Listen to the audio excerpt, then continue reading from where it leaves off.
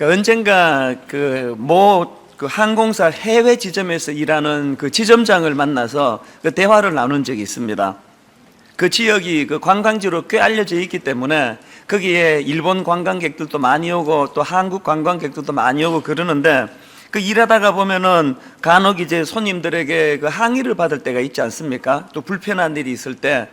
그런데 그 지점장 하는 이야기가 뭐냐 하니까, 대부분의 일본 사람들은 뭘 따질 때도 아주 차분하고 또 냉정하게, 또 그리고 신사적으로 자기 주장을 펼친다는 겁니다.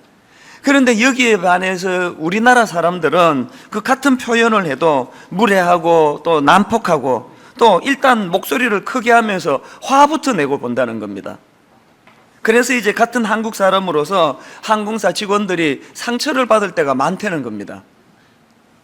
저는 그 이야기를 들으면서 그 우리나라 사람들이 원래 그렇지 않은데 언제부터 이렇게 경직이 되었나, 그런 생각을 한 적이 있었습니다. 사실 지금 우리 사회가 뭔가 살벌하고 난폭한 분위기가 되어가고 있다는 아쉬움을 토로한 분들이 참 많지 않습니까? 한마디로 말해서 지금 우리나라는 목소리 큰 사람이 이기는 사회이다, 그렇게 정의할 정도입니다. 그 막시무스라는 사람이 이런 말을 했습니다. 부드러움은 모든 것을 이긴다. 그런데 이 막시무스의 말이 지금 우리 대한민국에서는 통하지 않습니다. 부드러움이 모든 것을 이기는 게 아니라 목소리 큰 사람이 이기는 사회가 되어버렸다는 것, 이것이 참 가슴 아픈데요. 더 가슴 아픈 것은 이런 우리 어른들 사회에 영향을 받아가지고 어린 청소년들이 지금 얼마나 난폭합니까? 상상을 초월하는 폭력적인 양상들이 지금 학교 안에서 벌어지고 있는데, 제가 그 미국에서 이민 생활할 때 보니까요, 학교에서 뭐 폭력은 이건 상상도 못하고 이렇게 살짝 떠밀기만 해도 이 학교적으로 이거는 뭐 난리가 납니다. 어떻게 이런 일을 할 수가 있느냐고. 여기에 반해서 우리 청소년들은 지금 이 폭력 불감증이에요. 선생님도 두들겨 패고 뭐 상상을 초월합니다. 이게 어디서 영향을 받았을까요? 우리 어른들의 이 난폭한 분위기의 영향을 아이들이 고스란히 그 영향을 받기 때문 아니겠습니까? 이런 현실이기 때문에 이제 오늘 우리가 살펴보게 될 성령의 8번째 열매입니다. 이 온유에 대해서 살펴보는 것은 매우 중요한 의미를 가진다고 생각을 합니다. 그런데 먼저 이제 이 온유에 대해서 제가 말씀드리고 싶은 게 뭐냐 하면은, 이 성경이 말하는 온유는 두 종류로 나누어서 생각할 수 있다는 것입니다. 하나는 상태로서의 온유이고 또 하나는 행위로서의 온유입니다. 이 상태로서의 온유가 뭐냐 하면은, 이제 갈라디아 5장 23절에 나오는 이 온유라는 것은 원어로 보면은 프라우테스라는 단어예요. 이 단어는 원래 길들여진 야생동물의 성질을 나타낼 때 사용하는 단어입니다.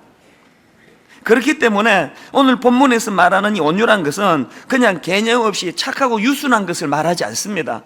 여기서 말하는 온유라는 것은 훈련에 의해 다듬어져 그래서 스스로 조절하고 절제할 수 있는 힘이 생긴 상태, 이게 온유예요. 저는 이 프라우테스라는 이 단어를 보면서 예전에 제가 읽었던 책인데 그 베스트셀러가 되지 않았습니까? 칭찬은 고래도 춤추게 한다. 그 책이 떠올라졌습니다. 그 책의 배경인 미국 올랜도에 있는 이 시월드에 가면은요, 지금도 범고래 쇼가 벌어진다고 하는데, 우리가 다 알다시피 이 범고래는 식인 고래입니다. 그런데 이 위험한 식인 고래를 잘 훈련시켜 가지고 순한 양으로 만들어 놓은 거예요. 그러니까 이 무서운 식인 고래가 노련한 조련사의 손에 붙잡혀서 순한 양처럼 온순해져 있는 상태, 이게 성경이 말하는 온유입니다. 이런 맥락에서 본다면 우리 모든 그리스도인들은 노련한 조련사 되시는 하나님 손에 붙들려 훈련되어가는 존재이다, 그렇게 정의할 수가 있겠습니다. 그리고 뭐 영성훈련 그러는데, 영성훈련이라는 것은 다른 말로 하면은 조련사 되시는 하나님에 의해 내 인격이 다듬어져 가는 그 온유훈련 혹은 인격훈련, 이게 영성훈련이라고 저는 생각합니다. 그 모세를 한번 보십시오. 모세는 바로의 궁전으로 입양이 돼가지고 왕실 훈련을 받았습니다. 그런데 그 고급 왕실 훈련이 모세를 인격적으로 다듬어 주지를 못합니다. 혈기가 넘쳐가지고 그는 애굽 사람을 때려 죽이는 폭력적 성향을 드러냅니다. 그리고는 그 일로 이제 무려 40년 동안 광야로 던져져서 드디어 하나님 손에 의해 이제 그 인격 훈련을 그가 받지 않습니까? 그랬더니 어떻게 변했습니까? 민수기 12장 3절에 보니까 이 사람 모세는 온유함이 지면의 모든 사람보다 더하더라. 사실 이건 모세가 자기가 자기를 표한 거예요. 그런데 그 이후에 일어나는 여러 정황들을 보면은 하나님께서는 이 모세가 자기를 일컬은 그 온유에 대해서 인준해 주시는 거예요.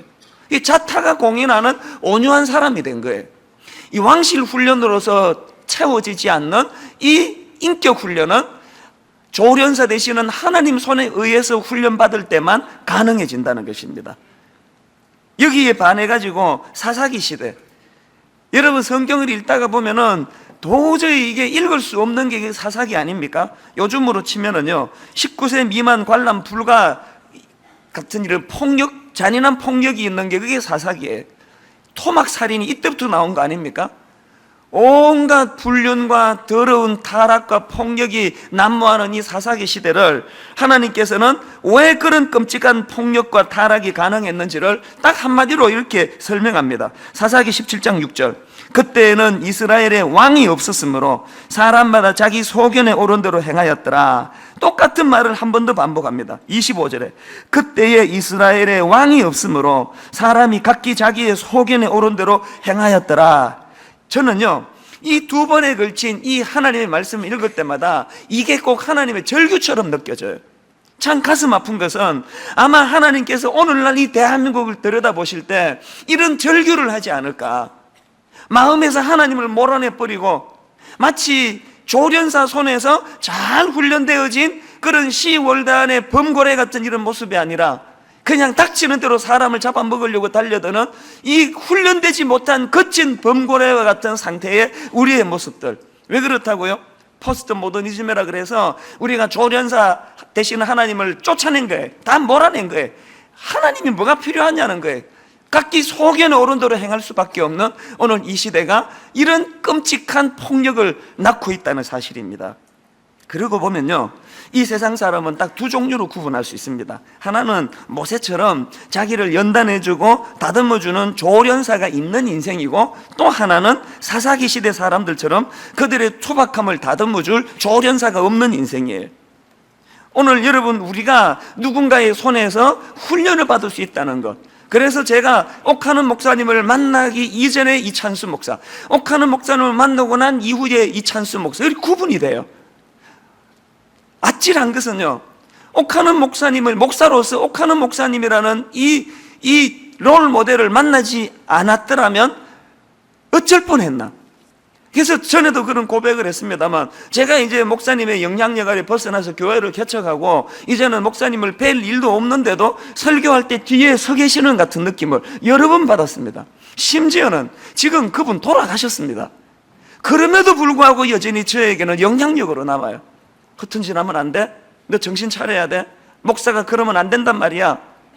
여러분, 이런 경고가 있는 인생하고 이게 없는 인생하고 어떻게 같을 수가 있느냐는 겁니다.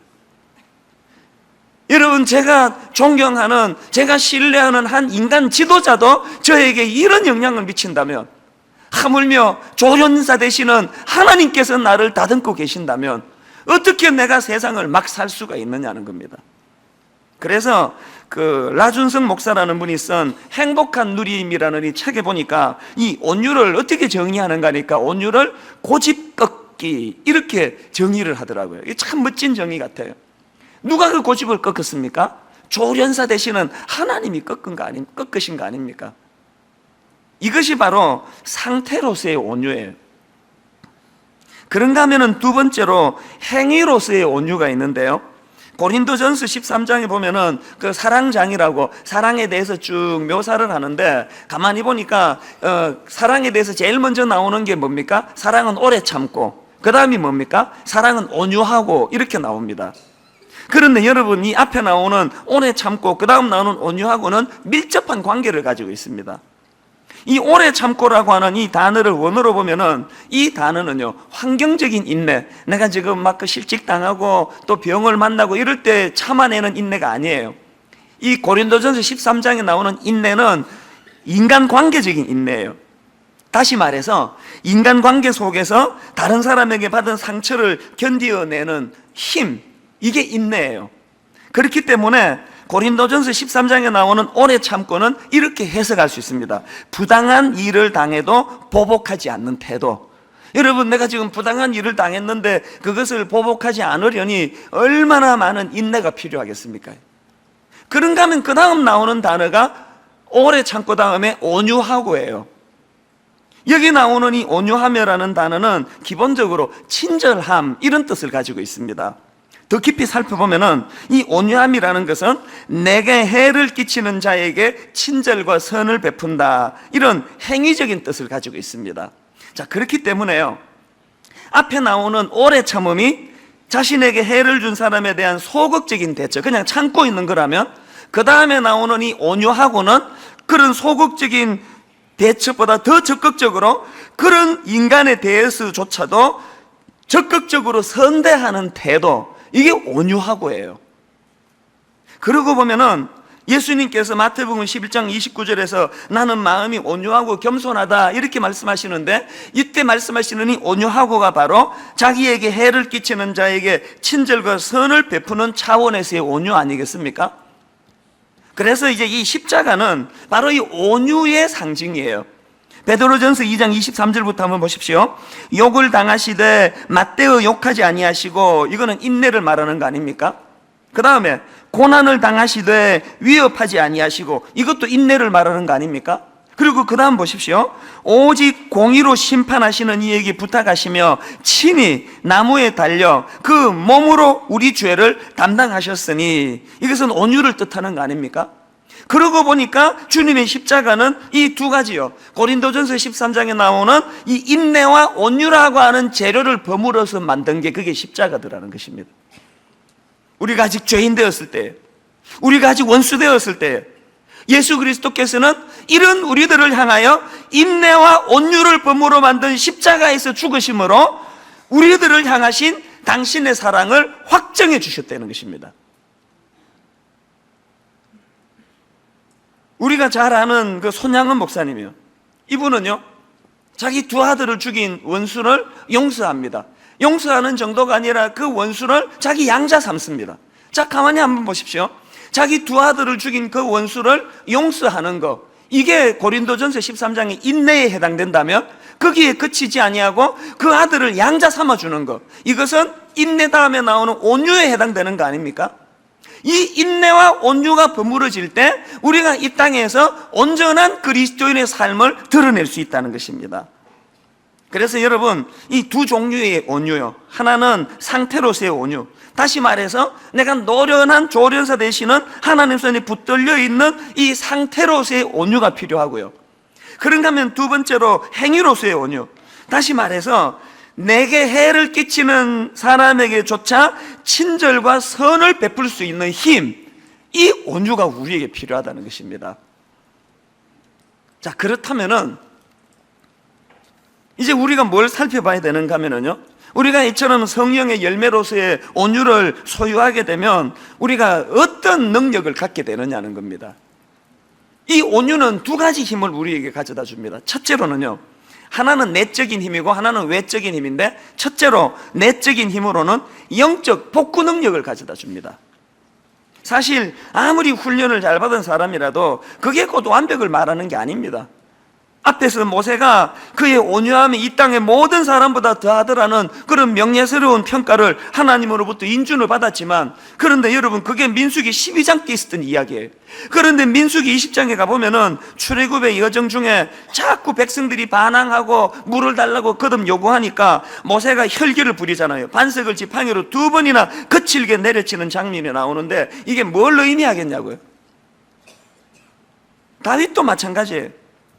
젊은 시절의 다윗은 그 사울의 난폭함을 온유로 극복해내는 그 입지전적인 인물 아닙니까? 그랬던 다윗이지만 나중에 그가 실족해가지고 어떡합니까? 그 남의 가정을 파괴시켜버리고 성적인 죄를 짓고 살인을 저지르고 이런 말할 수 없는 절망의 골짜기로 떨어지는 게 그게 다윗이에요. 그런데 모세나 다윗이 완벽해서 한 번도 혈기를 부리지 않아서 온유가 아니고 복구 능력이에요. 그렇게 무너졌을 때 바로바로 복구할 수 있는 힘이 일어나더라는 거예요. 저는요, 이번 미국 집회 중에 다음 주 설교할, 오늘 이 설교할 온유의 자료를 다 가지고 갔습니다. 그리고는 이제 시차 때문에 잠이 안 오거나 또 시차 때문에 잠이 일찍 깨거나 할 때 저는 이 자료를 가지고 온유에 대해서 많이 준비했습니다. 왜냐하니까 제가 외국 집회 나간 것 때문에 이 강단에 지장을 주면 안 되니까. 그래서 이제 말씀을 여러 차례 묵상을 하는데 어느 새벽이에요. 몇 가지 강한 성령의 임재를 제가 경험했는데 그 중에 하나가 제 마음에서 너무나 강한 소원이 일어나더라고요. 하나님, 오늘 분당 우리 교회 성도들 가운데 마치 고든 맥도날드 목사님처럼, 마치 다윗처럼 이런저런 어려운 일로 실족하고 자빠지고 넘어져서 절망 중에 있는 그런 성도가 있다면 오늘 예배 중에 성령의 온유가 그를 강타해 주시기를 원합니다. 그래서 다시 회복할 수 있기를 원합니다. 고삐가 풀린 말과 같이 버려진 존재가 아니라 다시 한번 조련사 되시는 성령의 손에 이끌려서 온유가 회복되는 능력의 예배가 되기를 바랍니다. 누구가 이 말씀이 필요한지 저는 몰라요. 마음이 막 뜨거워지더라고요. 오늘 무슨 일로 낙심하셨어요? 무슨 일로 실족해 계십니까? 다시 한번 성령님께서 여러분의 조련사가 되어주시기를 갈망하시기를 바랍니다. 그런가 하면은 두 번째로 이 온유가 주는 힘, 외적인 힘이 있습니다. 그것은 바로 세상을 향한 진정한 영향력의 회복을 온유가 가져다 준다는 겁니다. 마태복음 5장 5절에 보면은 팔복 중에서 주님이 이런 말씀을 하십니다. 온유한 자는 복이 있나니 그들이 땅을 기업으로 받을 것이며. 야, 우리나라 사람들이 땅을 얼마나 좋아하는데 이 말씀만 알면은 대한민국 다 온유할 것 같아요. 온유한 자에게 땅을 준다는 거예요. 시편 37편 11절 말씀을 지금 주님이 인용하고 계시는데요, 한번 보시겠습니까? 그러나 온유한 자들은 땅을 차지하며 풍성한 화평으로 즐거워하리로다. 사실 이 성경에서 이 땅이라고 하는 개념은 굉장히 중요한 개념 중에 하나입니다. 이 땅이라고 하는 눈에 보이는 가시적인 것을 매개로 해가지고 눈에 보이지 않는 하나님의 약속을 명확하게 설명하는 도구로 이 땅을 사용하는 거예요. 그래서 창세기 13장 14절 15절에도 보니까 땅이 나옵니다. 롯이 아브라함을 떠난 후에 여호와께서 아브라함에게 이르시되 너는 눈을 들어 너 있는 곳에서 북쪽과 남쪽 그리고 동쪽과 서쪽을 바라보라. 그 다음 보세요. 보이는 땅을 내가 너와 내 자손에게 주리니 영원히 이르리라. 여기서도 지금 하나님께서 아브라함에게 땅을 약속하시는데, 여기서 약속하신 그 땅이란 것은요, 1차적으로 문자적으로 보면은 장차 이스라엘 백성들이 누리게 될 가나안 땅을 이야기합니다. 그러나 또 이 땅의 개념을 확장해서 생각하면 2차적으로는 이 땅은 하나님의 나라로 해석할 수가 있습니다. 그렇기 때문에 산상수훈에서 예수님께서 말씀해 주신 온유한 자가 땅을 기업으로 받는다는 이 말씀의 의미는 두 가지로 해석을 할 수가 있는데요, 하나는 우리가 하나님의 온유를 덧입을 때 그때야 비로소 하나님의 나라를 맛볼 수 있다는 거예요. 죽었으면 하나님 나라를 맛보는 게 아니고 우리가 온유할 때 이 땅에서도 하나님 나라를 맛볼 수 있다는 거예요. 이 말을 뒤집어 말하면 하나님 나라를 누릴 하나님의 자녀들은 반드시 온유한 사람이 되어야 된다는 뜻입니다. 그런가 하면은 두 번째로 이 말씀의 의미는 이것은 세상을 향한 그리스도의 영향력을 이야기하는 겁니다. 자, 예를 들면은요, 모세가 광야 훈련을 다 거친 다음에 그는 지면에 온유한 자가 되었다, 이런 평가를 얻게 되는데, 여러분, 이 모세가 광야 40년 조련사 되시는 하나님 손에 의해서 온유해지고 나서 그 온유의 힘이 어디에다 영향을 미칩니까? 자기 백성들이 애굽의 압제로 신음할 때 그들을 해방해내는 능력으로 이 온유가 쓰여지더라는 거예요. 자, 여러분, 이런 관점으로 출애굽기를 가만히 보면은요, 이 출애굽기서는 의도적으로 모세의 온유함에 대조되는 개념 하나를 거기다가 등장을 시킵니다. 그게 뭘까요? 바로왕의 강팍함. 이 강팍이라는 건 단어도, 발음도 강팍해요. 강팍이 아니고 강팍이에요, 이게. 이 바로의 강팍함. 이게 발음이 좀 어렵고 그런지 이게 개역 개정으로 바뀌어질 때 이게 완악함으로 고쳤더라고요. 그러니까 여러분이 출애굽기는 이 두 구도의 대결이에요. 하나님 조련사 되시는 하나님 손에 의해 다듬어져 온유해진 모세의 온유함과 조련사가 없는 세상의 바로왕으로 상징되는 바로의 강팍함, 그냥 제가 편리상 강팍으로 부르겠습니다. 이 바로의 완악함, 이 두 대결 구도가 이게 출애굽기예요. 여기서 우리가 무슨 교훈을 얻어야 될까요? 오늘도 이 세상은 마치 권력과 물질과 모든 힘을 다 쥐고 있는 바로왕처럼 바로의 강팍함을 가지고 온순한 모세와 같은 하나님의 교회와 하나님의 사람을 위협하고 있는 현실이 이게 세상이라는 거예요. 거기에 우리가 어떻게 맞서야 될까요? 우리도 힘을 기르고 우리도 물질을 모으고 돈을 모으고 왕국을 만들고 더 큰 세상의 힘을 가지고 바로에게 맞서기를 하나님 원하실까요? 출애굽기의 구도는 그게 아니에요. 출애굽기는 이 모세의 온순함은 이 강력한 권력을 가진 바로왕의 이 완악함, 그의 강팍함을 견딜 수 없을 것 같은데 결국은 조련사 대신 하나님 손에 다듬어진 모세의 온유함이 바로의 강팍을 이겨낸다는 사건이 이게 출애굽기라는 사실이에요. 이런 맥락에서 우리 모두는 다, 특히 저 같은 목회자들은 땅을 치며 반성을 해야 될 게 있어요. 바로 어제예요. 어느 기사를 보니까요, 요 건너편 안양시에서 안양시 기독교 연합회하고 안양시하고 합의를 봤다는 거예요. 그 기사 다 보셨죠? 이제 그 밤 11시 이후에는 그 상가에 붉은 십자가 불을 다 끄기로 했대요. 그리고 이게 낙후돼가지고 위태위태한 100몇십 개인가 하는 이제 이 십자가 종탑을 철거하기로 합의를 봤대요. 그런데 제가 어제 인터넷을 검색해 보니까 온 신문마다 그것을 그냥 극찬을 하는 거예요. 이제 교회가 정신을 좀 차리나 보다, 이런 논조예요. 심지어는 어떤 일간지에 보니까 그 기사에 대한 머리 타이틀이 이렇게 돼 있더라고요. 빛 공해, 십자가 불빛 꺼진다. 세상에 어쩌다가 주님의 십자가가 공해가 돼버렸습니까? 여기서 우리가 반성해야 되는 게 뭡니까? 우리의 영향력이라는 것이 상가에 그 붉은색 십자가 걸어놓는 거, 남산에서 내려다보면은 온통 십자가가 이 대한민국 땅을 점령한 것처럼 그것을 자랑하는 것이 이게 하나님이 원하시는 영향력일까요? 우리의 영향력은 그런 게 아니에요. 우리의 영향력은 비록 나는 모세와 같이 힘도 없고 백도 없고 권력도 없고 아무것도 없지만 내게 있는 것 하나, 나는 조련사 되시는 하나님이 계시다. 그 하나님이 나를 온유하게 만들어 주었기 때문에 아무것도 없는 보잘것없는 나의 온유가 그 강팍한 바로왕의 그 강팍을 이겨낼 힘이라는 것을 보여주는 것이 영향력이라는 거예요. 이걸 우리가 실패한 거 아닙니까? 그 저는 너무나 목사로서 자괴감이 느껴지는 그 안양시 그 십자가 사건을 보면서 오늘 새벽에 일어났는데 문득 찬양 하나가 떠오르더라고요. 주 여호와는 광대하시도다, 그 거룩한 하나님 성에서 찬양할지어다. 이 소리가 참 이러네요. 오늘 여러분, 우리가요 그 붉은 십자가 네온 사인으로 세상을 그득 채우는 교회가 아니라 실제로 그 하나님의 광대하심이 오늘 이찬수 목사, 이 강팍한 이찬수 목사를 온유한 사람으로 만들으신 그 하나님께서 이 모세의 온유가 이 세상의 바로왕의 강팍을 이길 힘이라는 것을 보여줘야 되는 게 이게 교회가 할 일인데 이걸 우리가 실패했다는 거 아닙니까? 저는 조금 전에도 말씀을 드렸습니다만 이 온유에 대하여 설교 자료를 가지고 준비하다가 어느 날 새벽에 마음이 너무 뜨거워졌어요.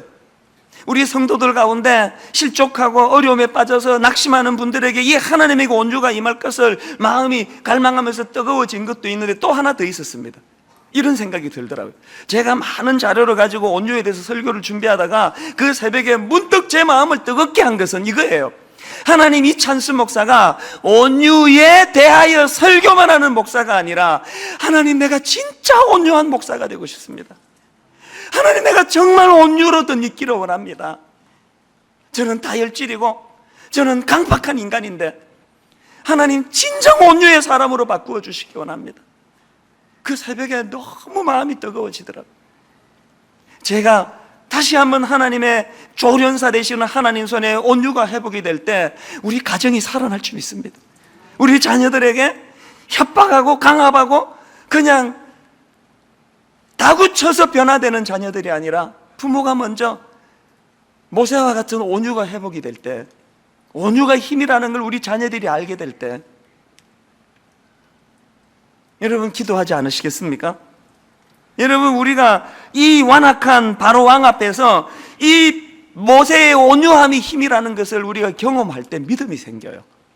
그러기 위해서 성령님을 삼아요. 그날 아침에 제가 성령님, 온유를 원합니다. 여러분, 우리 성령님은 좋으신 분이에요. 우리가 구하면, 우리가 사모하면 반드시 채워주실 줄로 믿습니다. 그리고 우리가 십자가를 더 가까이 붙잡아야 돼요.